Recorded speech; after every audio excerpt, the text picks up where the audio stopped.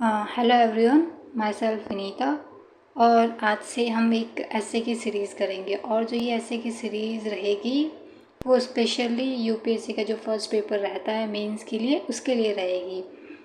But साथ में जो भी स्टेट पीसीएस के एग्ज़ाम्स होते हैं लाइक यूपी पीसीएस वगैरह है ना, वहाँ पर भी ऐसे पूछा जाता है और उनका फॉर्मेट ऑलमोस्ट यूपीएससी जैसा ही रहता है। थोड़ा सा वर्ड लिमिट और मार्क्स का थोड़ा सा डिफरेंस रहता है ना। बाकी आप अप्रोच वगैरह जो यूपीएससी में आप यूज़ करते हो उसको भी आप अपने पीसीएस में यूज़ कर सकते हो, है ना। तो आज से एक ये ऐसे वाली सीरीज़ चलेगी।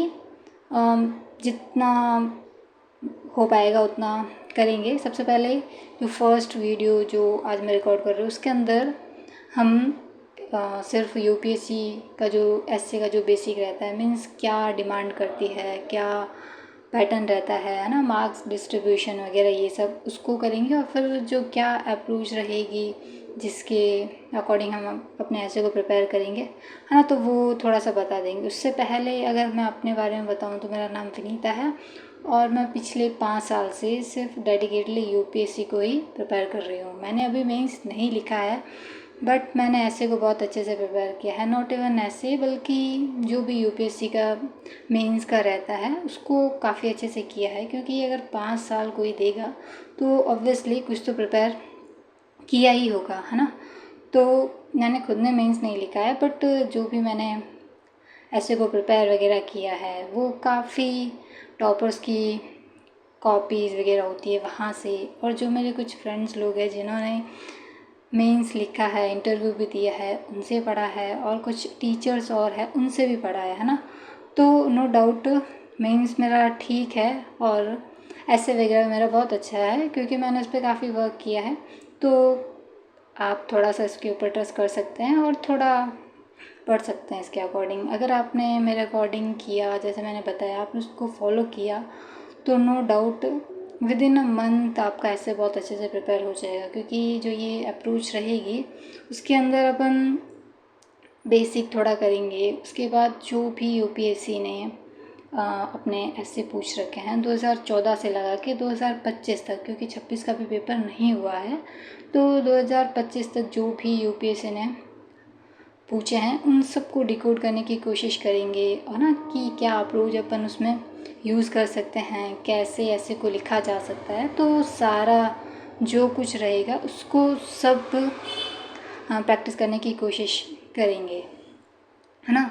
तो आज वाले सेशन की बात की जाए तो उसके अंदर अपन ये सबसे पहले डिस्कस कर लेते हैं जिनको अभी नहीं पता है इतना मेंस के बारे में कि ऐसे का क्या है क्या नहीं है। तो सबसे पहले जो आपका मेंस का एग्ज़ाम होता है उसमें जो फर्स्ट पेपर रहता है वो ऐसे का ही रहता है, और जो ऐसे का पेपर है वो बाकी मेंस के पेपर की तरह ही 250 मार्क्स का रहता है, जिसके अंदर आपको 2 ऐसे लिखने रहते हैं। पहले ये 2014 से, है ना, पहले और तो एक ही ऐसे लिखने पड़ता था, लेकिन अभी मतलब 14 के बाद में आपको 2 ऐसे लिखने पड़ते हैं, और वो भी आपका पेपर है 250 मार्क्स का आएगा पेपर, और उसके अंदर आपको 2 ऐसे लिखने पड़ेंगे। और ये 2 सेक्शन के अंदर आता है। एक सेक्शन आता है आपका ए करके आता है और दूसरा बी करके आता है ना।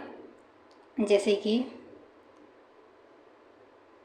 यूपीएससी का ये एसए का पेपर हो गया, है ना, इसका मार्क्स टोटल रहता है आपका 250 का, जिसके अंदर आपको 2 ऐसे लिखने पड़ते हैं। एक सेक्शन ए से लिखना पड़ता है, एक आपको सेक्शन बी से लिखना पड़ता है। तो आपका जो प्रत्येक ऐसे हो गया वो 125 मार्क्स का हो गया, है ना। और आप ऐसे नहीं कर सकते हैं, और इसके अंदर भी आपको 1 2 3 और 4, है ना, 1 2 3 और 4, और इसके अंदर भी 1 2 3 और 4 आपको ऐसे मिलेंगे, है ना। तो आप ऐसे नहीं कर सकते हो कि आपने सेक्शन ए में से 2 आपने कर ली या फिर सेक्शन बी में से आपने 2 कर लिए। आपको ईच सेक्शन है उसमें से आपको एक एक ऐसे लिखना पड़ेगा। तो आपको देखना पड़ेगा कि कौन सा आपके लिए सूटेबल है इन चारों में से और कौन सा इन चारों में से, है ना। फिर उसके अकॉर्डिंग फिर आप अपना ऐसे एक एक लिख सकते हैं। फिर वो आपका 250 का हो जाएगा और एक आपका ऐसे 125 का हो जाएगा, है ना। तो सबसे पहले ये चीज़ तो हो गई कि ये पेपर फर्स्ट होता है, उसका मार्क्स ये रहता है। और ये सब चीज़ें चलती है। लेकिन ये है कि हमें ऐसे प्रिपेयर कैसे करना है, और क्योंकि ऐसा नहीं है कि आप कुछ भी लिखे जा रहे हो, जो आपसे डिमांड की जा रही है ना, वो आप फुलफ़िल कर रहे हो या नहीं कर रहे हो, वो सबसे मैटर करता है ना। क्योंकि एग्ज़ामिनर आपकी जो लिखा है, जो आपकी कॉपी, उसी के बेसिस पे आपको मार्क्स देगा। तो यूपीएससी ने स्पेशली ऐसे के लिए कोई सिलेबस तो डिफ़ाइन नहीं कर रखा है, बट फिर भी उन्होंने सिर्फ 2-3 लाइनों में कुछ बोला है रिगार्डिंग ऐसे, कि आपका जो ऐसे है वो 3 मेजर पॉइंट के ऊपर रिले करना होना चाहिए। फर्स्ट आपका ऐसे टू द पॉइंट होना चाहिए, मीन्स आपको कोई भी टॉपिक दे दिया है ना, तो आप उसी के ऊपर लिखिए। ऐसा नहीं है कि आपको राम के बारे में पूछा है और आप सीता के बारे में लिख रहे हैं ना, तो ऐसा नहीं होना चाहिए। आपके अंदर जो ऐसे है वो भटका वाला नहीं होना चाहिए ना, बंधा हुआ रहना चाहिए, सटीक रहना चाहिए।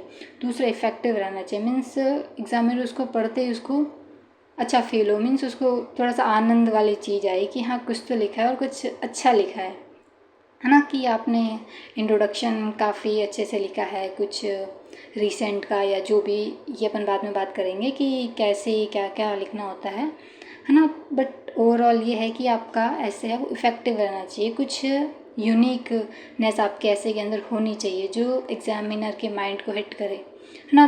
थर्ड, अकॉर्डिंग टू ऐसे होना चाहिए, मीन्स यहाँ पर भी यही है कि आपका ऐसे के ऊपर केंद्रित होना चाहिए, जो टॉपिक है उसके ऊपर आपका ऐसे सेंट्रिक होना चाहिए, भटका वगैरह ये सब चीज़ें नहीं होनी चाहिए। और दूसरा एक ये भी है कि आपका जो ऐसे है वो एक सिस्टमेटिक फॉर्मेट में होना चाहिए, है ना, कि आप अच्छे से लिंक कर पा रहे हो, और एक पैराग्राफ से आप दूसरे पैराग्राफ में जा रहे हो तो आप अच्छा कनेक्टर यूज़ कर पा रहे हो, है ना। ऐसा नहीं है कि आप पहले किसी चीज़ के बारे में लिख रहे थे, उसके बाद डायरेक्ट आप किसी और चीज़ के ऊपर फ्लिप कर गए, ऐसा नहीं होना चाहिए। बीच में कुछ लिंकेज होना चाहिए या फिर कुछ हिंट कर दिया जाना चाहिए। आपका जो पहले वाला पैराग्राफ एंड हो रहा है ना, तो उसके एंड में कुछ कर दो, या फिर आप स्टार्टिंग जो नया पैराग्राफ करो उसमें आप ऐसा कुछ जोड़ दो जिससे आपका मतलब कि एक उसका क्रमबद्धता बोलो या फिर क्रोनोलॉजिकल फॉर्म में होना चाहिए, है ना। तो ये चीज़ हो गया।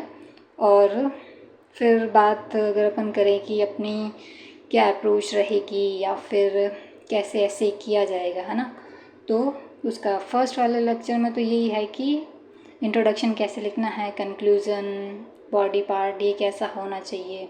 दूसरा ऐसे की कुछ अप्रोच रहती है कि आप इन अप्रोचेस के बेस पे अपना ऐसे लिख सकते हैं, है ना, तो उसको थोड़ा सा अपन डिस्कस कर लेंगे।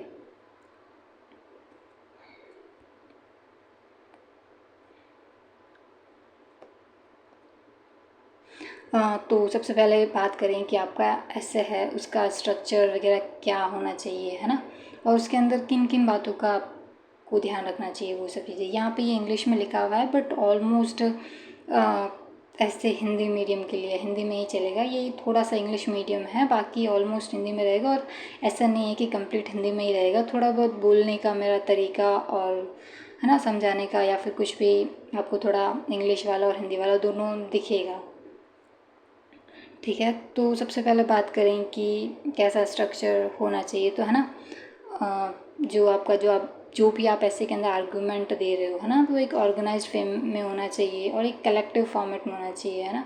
बिखराव वगैरह ये चीज़ नहीं होना चाहिए। और आपको अपना सेट करना पड़ेगा कि आप कौन से आर्गूमेंट को कितना प्रायोरिटी दे रहे हो, है ना। प्रायोरिटाइज़ करना ज़रूरी रहता है कि जो मेजर पॉइंट है या फिर ऐसे का मेन पॉइंट है आप उसको पहले लिखें, है ना, उसके बाद उसके सब पॉइंट और उन सब चीज़ों को लिखें।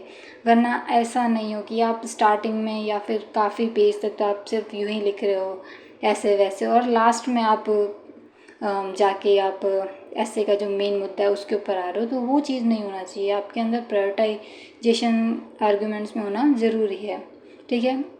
फिर कुछ इनोवेटिव अपन यूज़ कर सकते हैं ना। इनोवेटिव के अंदर आप क्या कर सकते हो कि मतलब कुछ केस स्टडी डाल सकते हैं, कुछ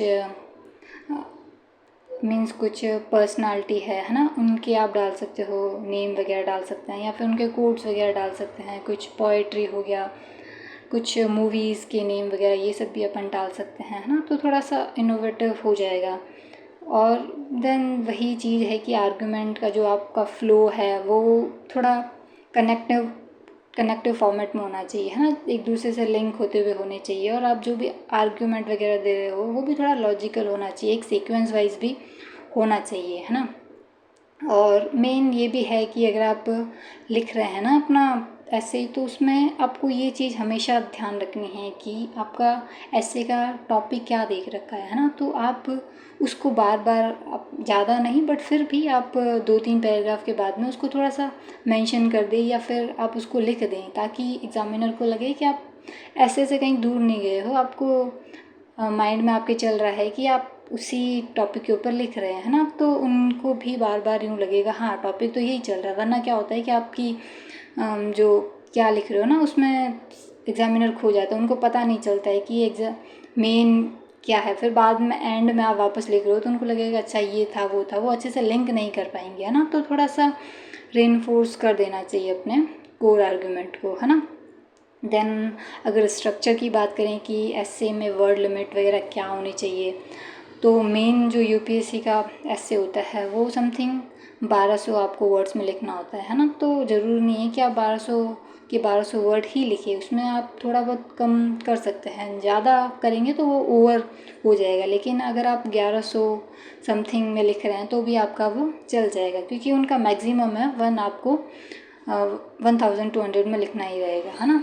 तो सबसे पहले इंट्रोडक्शन की बात करें तो इंट्रोडक्शन समथिंग आपका 100 to 120 वर्ड्स में आपका हो जाना चाहिए। हाँ, कि काफ़ी लोग अपना ऐसे लिखते हैं वो समथिंग 1.5-2 पेज के अंदर इंट्रोडक्शन ही ख़त्म नहीं कर पाते, तो ऐसा नहीं होना चाहिए। इंट्रोडक्शन आपका हाफ पेज में या फिर 1 पेज समथिंग में कंप्लीट हो जाना चाहिए, उससे ज़्यादा नहीं जाना चाहिए। फिर अगर आप थीसिस वाला अप्रोच यूज़ कर रहे हो तो आप वो चीज़ लिख दो, है ना। देन जैसे कि बॉडी पार्ट्स वगैरह है, और अगर आप अपना कोटेशन वगैरह इन सब चीज़ों से यूज़ करते हैं ना, तो आप पहले वो चीज़ लिखिए, उसके बाद अगर आप उसको एलोब्रेट करना चाह रहे हैं, मीन्स हल्का सा एक्सप्लेनेशन देना चाह रहे हैं ना, तो वो भी आप लिख सकते हो। और ये भी लिख सकते हो थोड़ा बहुत क्रक्स कि यहाँ अपना ऐसे है वो इन मुद्दों पे आप उठाएंगे, है ना। तो वो चीज़ आप समथिंग लिख सकते हैं 80-100 पेज के अंदर ऐसा। तो कुल मिला के ये सब चीज़ आपकी 2 से 2.5 पेज के अंदर हो जाना चाहिए, है ना, इससे ज़्यादा नहीं होना चाहिए। फिर बाद में बॉडी चलेगा। बॉडी भी आप अगर आप काउंटर और उसके सपोर्ट में 2 आर्गुमेंट को लेके चल रहे हैं ना, वैसे तो आपको देना ही चाहिए, जहाँ नीड हो काउंटर आर्गुमेंट तो आपका होना चाहिए, जिससे आप हमेशा मिडल वे के अंदर रहेंगे। वरना क्या हो जाता है, रेडिकल हो जाते हैं कि या तो आप सिर्फ उसको काउंटर ही कर रहे हो या फिर आप सिर्फ सपोर्ट ही कर रहे हो, है ना। तो एक सिक्के के 2 पहलू होते हैं, वैसे भी, है ना, थोड़ा अप्रोच लेके चलना पड़ेगा। तो जो बॉडी के अंदर आप जो फेवर में आर्गुमेंट कर रहे हो ना, तो वो समथिंग आप दे सकते हो 400-500 पेज के अंदर, सॉरी पेज नहीं, वर्ड्स के अंदर आप उसको लिख सकते हैं। उसके बाद काउंटर है, जैसे कि अगर अच्छा है कुछ, मीन्स जो ऐसे का जो टॉपिक है ना वो एक अच्छी चीज़ के बारे में बता रहा है ना, तो वहाँ पे आपको जो फेवर वाले हैं ना वो आपको ज़्यादा लिखने पड़ेंगे। लेकिन अगर आप फिर भी काउंटर देना चाह रहे हो, क्योंकि हर चीज़ एकदम परफेक्ट नहीं होती है ना, तो वहाँ पे आपको काउंटर भी देना पड़ेगा। तो काउंटर वाला वहाँ पे पोर्शन थोड़ा सा कम होना चाहिए, है ना। अगर वो नेगेटिव की बात करता है तो वहाँ पे फेवर वाले कम होने चाहिए और काउंटर वाला आर्गूमेंट आपकी ज़्यादा होनी चाहिए, हाँ। तो ऐसे ही आप दे सकते हैं। कुछ सब हेडिंग भी यूज़ करते हैं, बट सब हेडिंग आप यूज़ नहीं करेंगे तो चलेगा, क्योंकि सब हेडिंग यूज़ करने से क्या होता है, थोड़ा सा फ्लो और ब्रेक हो जाता है ना। तो बिना सब हेडिंग के ज़्यादा सही रहेगा। बट सब हेडिंग का आप ये मतलब ले सकते हैं कि आपका कोई भी ऐसे हो वो कम से कम 3 आपका मिनिमम होना चाहिए और 7 आपका मैक्सिमम होना चाहिए। उतना आपके अंदर आर्गुमेंट होना चाहिए ऐसे के रिगार्डिंग, है ना। तो वो आप दे सकते हैं। फिर बाद में कंक्लूज़न लिख सकते हैं 100-120 वर्ड के अंदर, है ना। और कंक्लूज़न भी आपको डायरेक्ट नहीं लिखना है कि आप डायरेक्ट कंक्लूज़न के ऊपर पहुंच गए, ऐसा नहीं होना चाहिए। आप ऐसे एंड कर रहे हो, उससे कुछ समथिंग 4-5 लाइन तो आपको देना ही चाहिए। मेन क्रक्स आप दे दिए, आपने क्या क्या लिखा है या फिर जो भी आप किस तरीके से एंड करना चाहते हैं वैसा आप एंड कर सकते हैं। उसके बाद में अपना कंक्लूड कर सकते हो ऐसे को, है ना। तो वो ज़्यादा सही रहेगा। वरना डायरेक्टली जंप करना वो थोड़ा सा इफ़ेक्ट को थोड़ा सा कम कर देता है ना। तो आप ऐसा कर सकते हैं। और उसके बाद बात आती है इंट्रोडक्शन की, है ना। तो इंट्रोडक्शन की कैसे लिखा जाता है, तो इंट्रोडक्शन में खूब मतलब तरीके चलते हैं। पहले एक सेकेंड, इंट्रोडक्शन से पहले थोड़ा अप्रोचेस का देख लेते हैं कि क्या क्या अप्रोच से ऐसे लिखे जाते हैं। अप्रोच काफ़ी ज़्यादा चलती है ना। पहले अगर बात करें कि एक जो पेस्टल हाइड बोल सकते हो, इसके अंदर सिर्फ पेस्टल लिखा हुआ है, लेकिन आप उसको हाइड, पेस्टल हाइड को भी आप मान सकते हो, है ना। पेस्टल हाइड करके, जिसके अंदर 4 पॉइंट आपके और हो जाएंगे, है ना।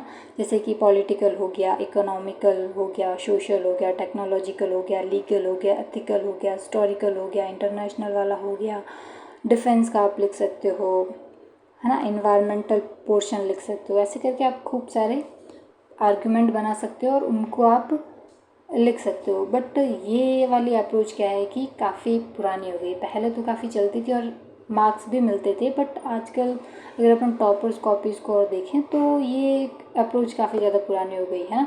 तो इसमें इतने मार्क्स नहीं आते और काफ़ी इसको ईजी माना जाता है। अगर आपके पास कोई ऑप्शन नहीं है, आप नहीं कर पा रहे हैं, तब तो ठीक है ना। और अगर अपन आगे के जो एग्जाम्पल्स के रूप में या फिर प्रैक्टिस के रूप में ऐसे देखेंगे तो वहाँ पर भी इसका अपन यूज़ करेंगे, बट उसको अपन एज अ सब पॉइंट के अंदर यूज़ करेंगे। मीन्स मेन अप्रोच है वो यहाँ पर नहीं चलेगी। मीन्स आपने एक हेडिंग लिखी ना, तो उसका सब पॉइंट आप उसको बना सकते हो, बट मेन जैसे कि मोस्टली लिखते हैं कि हाँ इंट्रोडक्शन लिख दिया, उसके बाद बॉडी पार्ट लिख रहे हैं ना, तो उसका स्टार्टिंग से हिस्टोरिकल, इसका पर्सपेक्टिव ये है, पॉलिटिकल ये है, इकोनॉमिकल है, ऐसे करके पूरा 6-7 पॉइंट ये देके फिर कंक्लूड कर देते हैं ना। तो वो वाली अप्रोच थोड़ी सी गलत है और वो थोड़ा पुरानी हो गई है। गलत तो अपन उसको नहीं बोलेंगे, बट वो थोड़ी ओल्ड हो गई है, वहाँ से अब इतना मार्क्स मिलता नहीं है ना।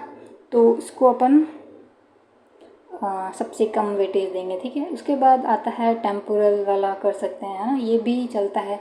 जैसे कि आपने कोई ऐसे लिख रहे हो, है ना, तो वहाँ पे ये अप्रोच यूज़ कर सकते हो कि उसका पास्ट बता सकते हो कि है ना, हिस्ट्री, पास्ट मीन्स हिस्ट्री हुआ, है ना, कि हिस्ट्री से लेके उसका ये कनेक्शन है, मतलब उसका ऐसे एवोल्यूशन हुआ है, ये सब चीज़ें आप लिख सकते हो। उसके बाद प्रेजेंट लिख सकते हैं कि प्रेजेंट में उसकी ये स्थिति, और फ्यूचर का लिख सकते हैं कि फ्यूचर में, जैसे कि आपको टेक्नोलॉजी के है ना बेस पे कोई ऐसे दे दिया, तो उसमें आप लिख सकते हो कि टेक्नोलॉजी की स्थिति पहले कैसी थी पास्ट के अंदर, प्रेजेंट में क्या और फ्यूचर में कैसी होगी, है ना। तो ऐसे अपन अपनी ये अप्रोच यूज़ कर सकते हैं। उसके बाद इंस्टीट्यूशनल अप्रोच भी दे सकते हैं कि काफ़ी सारे इंस्टीट्यूट होते हैं, है ना, उनके बेसिस पे दे सकते हैं। जैसे कि एजुकेशन के ऊपर आता है, मतलब ऐसे आता है, या फिर जैसे कि अभी रिसेंट पेपर लीक और ये सब चीज़ें, है ना, तो इससे लिंक करके कुछ आपको ऐसा मिल सकता है ना, आ सकता है। तो उसमें अपन लिख सकते हैं कि वहाँ पे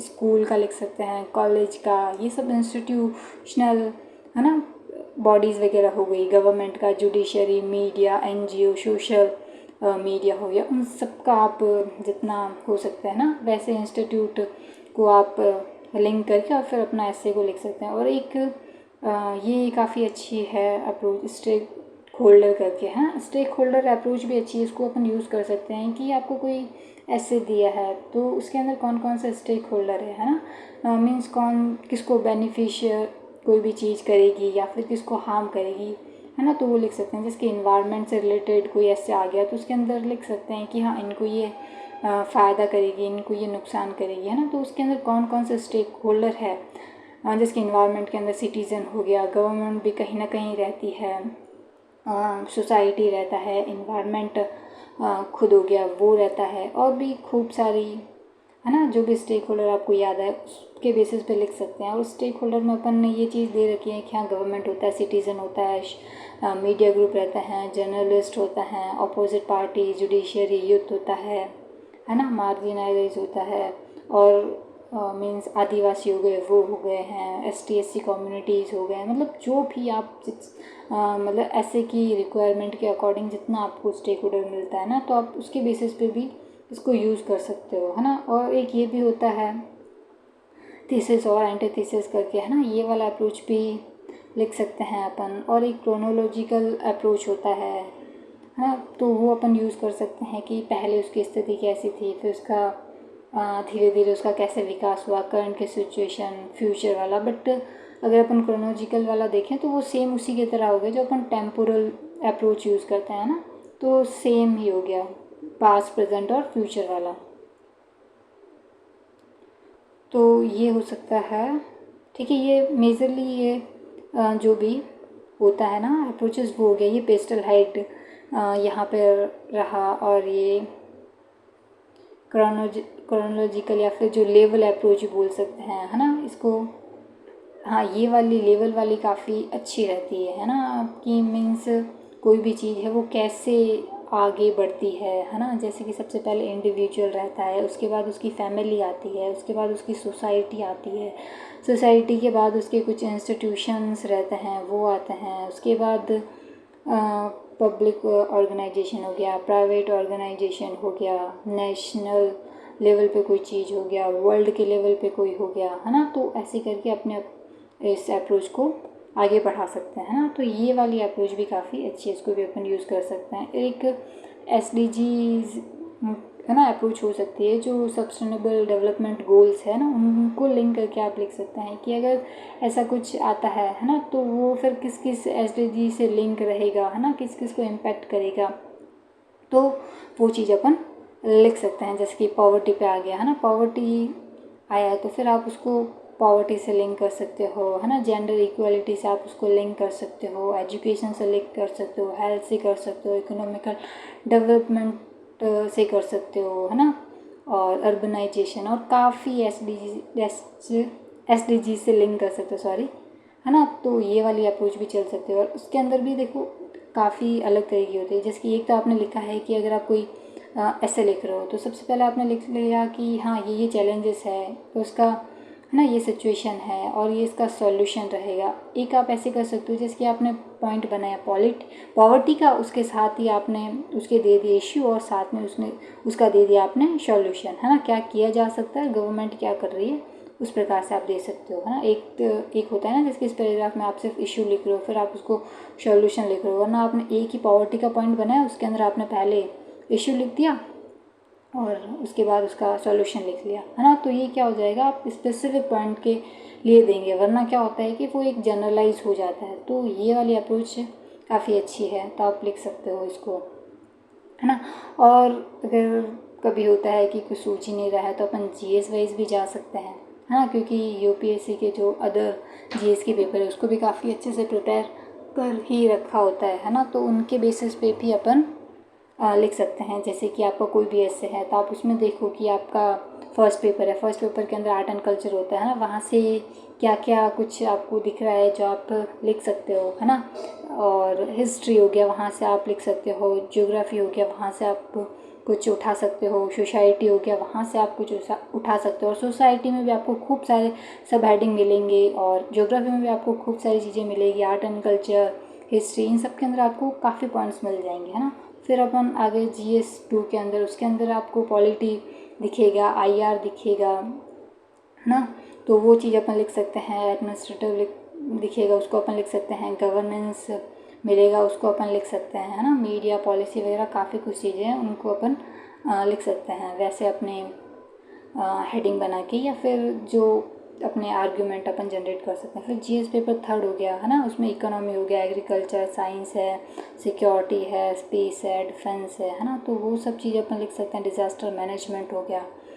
और फिर अपन GS4 को भी लिख सकते हैं। GS4 के अंदर भी इथिक्स आता है ना। इथिक्स से क्या क्या चीज़ें लिंक कर रही है, वैल्यूज़ हो गया, है ना, कुछ दार्शनिक हो गया, आप उनको लिख सकते हो, गवर्नेंस को लिख सकते हो, सिटीज़न चार्टर को लिख सकते हो, है ना।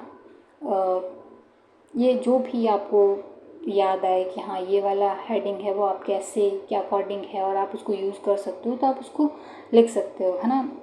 और फिर जैसे कि कुछ यूनिक अगर आपको डायमेंशन पे बनाना है कि आप जनरल कुछ मीन्स एक स्पेसिफिक, आप जिसकी GS वाइज नहीं चल रही हो, SDG वाइज नहीं चल रही है ना, आपके पास कुछ यूनिक डायमेंशन है, तो आप उसको लेके भी अपना ऐसे लिख सकते हो, जिसकी है ना इमोशनल डायमेंशन आप कहीं ना कहीं बना सकते हो, डेमोग्राफिक डिविडेंड बना सकते हो, क्योंकि इंडिया के कॉन्टेक्स्ट में ये काफ़ी इम्पॉर्टेंट है ना। तो उसका एक अलग से आप पॉइंट बना सकते हो। कैरेक्टर किसी है उनका बना सकते हो, डिप्लोमेटिक बना सकते हो, सिक्योरिटी का कोई पॉइंट बना सकते हो, क्योंकि ये सब चीज़ें क्या है कि आपका करंट से काफ़ी रिलेवेंट वगैरह मिलती है और आपको यहाँ पे काफ़ी अच्छे एग्जांपल्स वगैरह ये सब भी मिल जाएंगे, तो ये काफ़ी अच्छा रहता है ना। अर्बनाइजेशन का आप लिख सकते हो कि काफ़ी ये थोड़ा सा अभी चल ही रहा है ना, तो उसके चैलेंजेस भी है, कुछ उसके प्रॉफिट भी है। दूसरा कल्चर से भी आप लिंक कर सकते हो, हाँ, तो ऐसे कुछ यूनिक डायमेंशन बना सकते हो। ये इतने सही है, आपके भी काफ़ी हो सकते हैं और आप भी इसके अंदर काफ़ी कुछ ऐड कर सकते हैं, है ना। तो मेन ये अप्रोचेस का था, यही सब था। फिर बाद में एक ये चीज़ बचा था कि इंट्रोडक्शन है। इंट्रोडक्शन में अपन क्या क्या लिख सकते हैं, है ना। अपने वर्ड्स वगैरह तो मतलब देख लेते हैं कितने वर्ड्स में इंट्रोडक्शन होना चाहिए, इतने में बॉडी होना चाहिए, है ना, इतने में कंक्लूजन होना चाहिए। फिर है कि अपन को स्टार्ट कैसे करना होता है। स्टार्ट एनेक्डोट से कर सकते हो, मीन्स आप कोई स्टोरी, है ना, स्टोरी ज़रूर नहीं है कि अपन कहीं पे पढ़ते हैं वैसी ही हो, वो ज़रूर नहीं है कि आपने कहीं पहले बुक वगैरह में पढ़ रखी है ना। लाइक अभी मैं नॉर्मल सा बता रहा हूँ, खरगोश चूहे वाली, है ना, सॉरी खरगोश और कछुए वाली, है ना, ऐसी स्टोरी ज़रूर नहीं है। आप कैसे भी स्टोरी यूज़ कर सकते हो स्टोरी में, जैसे कि आप मेथोडोलॉजी मीन्स रामायण हो गया, महाभारत का कुछ आप लिख सकते हो, किसी मूवी का आप कॉन्टेक्स्ट ले सकते हो, किसी पर्सन की स्टोरी है उससे आप कर सकते हो, कोई करंट का एग्जाम्पल है ना, किसी, है ना, कोई रिसेंट की कोई घटना चल रही है तो आप उससे आप लिंक कर सकते हो। कोई अगर आपको कोई रिपोर्ट अच्छी लगी है ना, वो आपसे लिंक हो रही है ऐसे से, तो वो आप उसको यूज़ कर सकते हो। और फिर बाद में कोट और ये सब चीज़ तो है ही है कि आप किसी कविता से स्टार्ट कर रहे हो या फिर नॉर्मल आप किसी दार्शनिक का आप कोट लिख रहे हो, है ना, तो ये सब चीज़ें तो है ही। बट अगर आप एनेक्डोट से और ऐसे यूनिक चीज़ों से अगर आप स्टार्ट करेंगे ना, तो वो काफ़ी ज़्यादा सही रहती है ना, क्योंकि जो कोट वाली चीज़ है वो पहले काफ़ी ज़्यादा चलती थी, नो डाउट, है ना। लोग खूब इसका यूज़ करते थे, है ना, और नो डाउट उनको मार्क्स भी मिलता था। लेकिन अभी ऐसा नहीं है। अगर आप इंग्लिश मीडियम में स्पेसिफिक देखेंगे तो वहाँ पे उनके पूरे ऐसे में भी आपको कोट नहीं मिलेंगे, लेकिन फिर भी उनका 150+ स्कोर रहता है ना। तो ये सब चीज़ें तो चलती है। तो ऐसे आप अपना ऐसे ना क्या कहते हैं, ऐसे में इंट्रोडक्शन लिख सकते हैं। देन फिर अगर आप थीसिस वाली चीज़ें कर रहे हैं तो वहाँ पे फिर आप कौन कौन से अपने क्वेश्चंस को आप उठाएंगे, है ना, तो उनको आप एड्रेस कर सकते हो कि हाँ ये क्वेश्चन है, क्यों, क्या, कैसे, जो भी आप क्वेश्चन एड्रेस करना चाहेंगे ना, आप उसको उठा सकते हो या फिर उसको थोड़ा सा मेंशन कर सकते हो। ये आपका समथिंग 5-6 मतलब एक आधा पेज का पैराग्राफ में आप आधे पेज के पैराग्राफ में भी लिखेंगे ना तो भी आपका चल जाएगा। ये सब चीज़ें अपन थोड़ा देर प्रैक्टिस वगैरह करेंगे ना, तो वहाँ पे अपन डिस्कस कर लेंगे कैसे क्वेश्चन बनते हैं, क्या आप लिख सकते हो, वो सब चीज़ें धीरे धीरे हो जाएगी, है ना। और फिर अगर आप बॉडी है, बॉडी पार्ट में अगर आप आर्गूमेंट्स लिख रहे हो, है ना, तो उसके अंदर आप आपके जो भी आर्गूमेंट है वो अपने जो ओपिनियन दिया उससे जस्टिफाई होना चाहिए, है ना। फिर आप जस्टिफाई करने के लिए कुछ एग्जांपल्स यूज़ कर सकते हो, कुछ केस स्टडी डाल सकते हो, कुछ रिपोर्ट्स वगैरह डाल सकते हो। बट यहाँ पे ऐसा नहीं करना है कि आप खूब सारे डेटा फैक्ट, ये ज़्यादा काम नहीं आएंगे। बस थोड़ा कुछ नॉर्मल सा आप प्रूव कर सकते हो कि हाँ चलो यहाँ पर भी ये चीज़ बात कर रखी है ना, जिसके इन्वायरमेंट का आ रखा है, तो वहाँ पे आप थोड़ा बहुत IPCC का मेंशन कर सकते हो कि हाँ उन्होंने भी आप ये मेंशन किया है कि हाँ पॉल्यूशन काफ़ी ज़्यादा हो रहा है, इन्वायरमेंट डिप्लोमेंट वगैरह हो रहा है, ये सब चीज़ें लिख सकते हो। और थिंकर्स हो गए या फिर, है ना, फिलोसोफर होते हैं, है ना, उनका आप थोड़ा बहुत नाम लिख सकते हो या फिर थोड़ा बहुत छोटा मोटा कोई कोटेशन वगैरह है वो आप यूज़ कर सकते हो। देन काउंटर आर्ग्यूमेंट है तो वहाँ पर भी आप अल्टरनेटिव उनके जो पर्सपेक्टिव है उसको प्रोवाइड कर रहे हैं, जो मतलब आपने सपोज में जो पॉइंट दिया ना तो उसका थोड़ा सा आप काउंटर में दीजिए, है ना। और थोड़ा सा डेप्थनेस और डाइवर्सिटी भी होनी चाहिए काउंटर के अंदर, है ना। और जितना आप मल्टी डायमेंशन को आप लिखेंगे, जितना मल्टी डायमेंशनल होगा, जितने ज़्यादा आर्गूमेंट रहेंगे, है ना, जितनी ज़्यादा आप डाइवर्सिटी को टच कर पाएंगे ना, उतना ऐसे अच्छा रहेगा। बट ये है कि ऐसे नहीं है कि आप मल्टी डायमेंशन लिखने के चक्कर में पूछा कुछ और है, कुछ और लिख रहा है, ऐसा नहीं होना चाहिए। वो कहीं ना कहीं उसको इम्पैक्ट कर रहा हो, है ना, वो कहीं ना कहीं लिंक हो रहा हो, वैसे डायमेंशन आपको देने हैं, है ना। तो ये भी हो जाएगा। फिर आप अगर कंक्लूज़न की बात करें तो यहाँ पे मैंने आपको बताया ही था कि डायरेक्ट आपको कंक्लूज़न नहीं देना है ना, आप एकदम स्मूथ तरीके से आप ट्रांजिशन करना है, जैसे कि हाँ आपका बॉडी ख़त्म हो रहा है उसके बाद आप कंक्लूज़न के अंदर आ रहे हैं, है ना। तो उनको लगना भी चाहिए कि हाँ कहीं ना कहीं आप कंक्लूज़न की तरफ जा रहे हैं, तो वो चीज़ रहना चाहिए। और कंक्लूज़न आपका काफ़ी इम्पैक्टफुल होना चाहिए, और कोशिश ये रहनी चाहिए कि वो आपका हमेशा फॉरवर्ड लुकिंग या वे फॉरवर्ड टाइप होना चाहिए, है ना। कि ऐसा नहीं है कि आप कंक्लूज़न में भी आप किसी ऐसे की बुराई ही कर रहे हो, है ना, वैसा आपने कंक्लूड किया, वैसा नहीं होना चाहिए। वो एक बैलेंस फॉर्मेट में रहना चाहिए जहाँ पे आपके आर्गूमेंट जो फेवर में है वो और जो काउंटर में दिए वो दोनों जस्टिफाई होना चाहिए, या फिर जो आपने पहले क्या चैलेंजेस वगैरह बताइए, है ना, तो वहाँ पर भी कहीं ना कहीं सॉल्यूशन बेसिस, है ना, वे फॉरवर्ड टाइप ही होना चाहिए। और हमेशा आपका जो कंक्लूज़न बोलो या फिर, है ना, जब आप कंक्लूड करने की तरफ आ रहे हो ना, तो वहाँ पे आप एक मिडिल पाथ को यूज़ करें, है ना, कि आप एक फेवर की तरफ नहीं जा रहे हो, आप दोनों को फेवर कर रहे हो, और आपके लिए ये है कि हाँ दोनों मैटर करते हैं, लेकिन अगर कुछ कमियां वगैरह है तो उसके ऊपर ध्यान देना चाहिए, है ना, जो भी सॉल्यूशन है उसको निकालना चाहिए। तो इस प्रकार से अपन ऐसे को है वो कंक्लूड कर सकते हैं, ठीक है। तो मेन आज का यही था, ये हो गया। उसके बाद अपनी सीरीज़ बोले तो ऐसी चलेगी कि अप्रोचेस तो बता दिए, लेकिन बताने से कुछ नहीं होता है ना, जब तक अपन प्रैक्टिस नहीं करेंगे और अपन को पता नहीं चलेगा कि हाँ अपन को ऐसे लिखना कैसे है, कैसे जो भी अप्रोच है उसको यूज़ करना है। तो उसके लिए अपन को जो यूपीएससी के PYQs है उसको थोड़ा सा देखना पड़ेगा, हाँ उनकी थोड़ी प्रैक्टिस करनी पड़ेगी।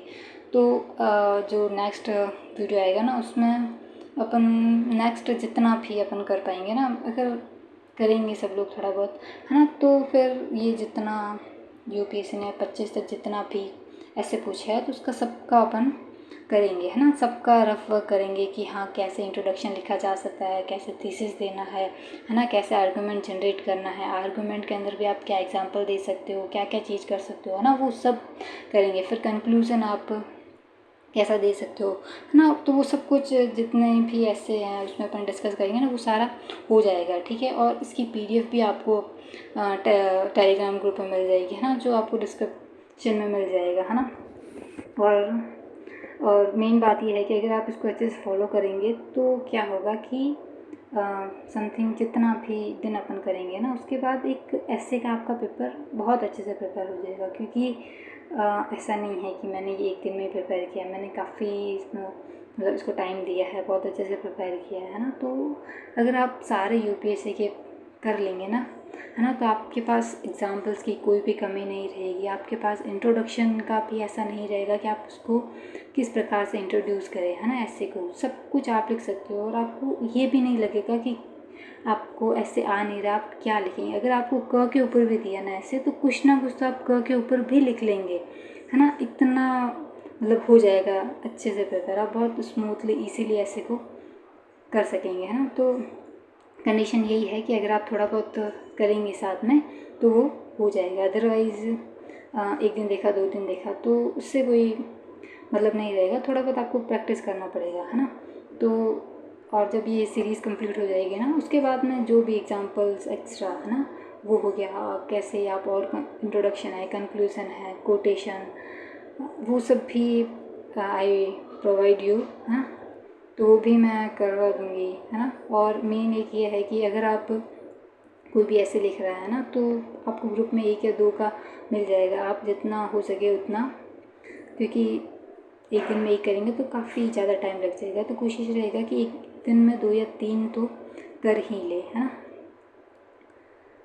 ऐसे को डिस्कस कर लेंगे तो आपको ग्रुप में मिल भी जाएगा कि हाँ यहाँ पे आज ये वाला होने वाला है ना, तो आप वहाँ पे अपना रफ वर्क कर सकते हो, क्योंकि ऐसे के लिए रफ वर्क करना बहुत ज़रूरी है।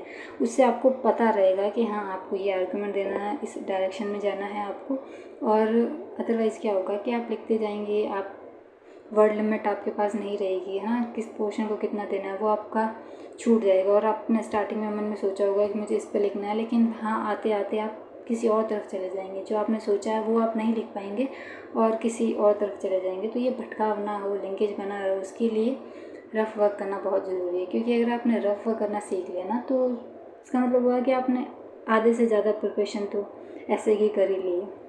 हाँ, तो जब आपको ग्रुप में मिले तो आप कर भी सकते हैं, है ना। एक दिन पहले मिल जाएगा, आप थोड़ा रफ वर्क कर लेना, उसके बाद डिस्कस कर लेंगे।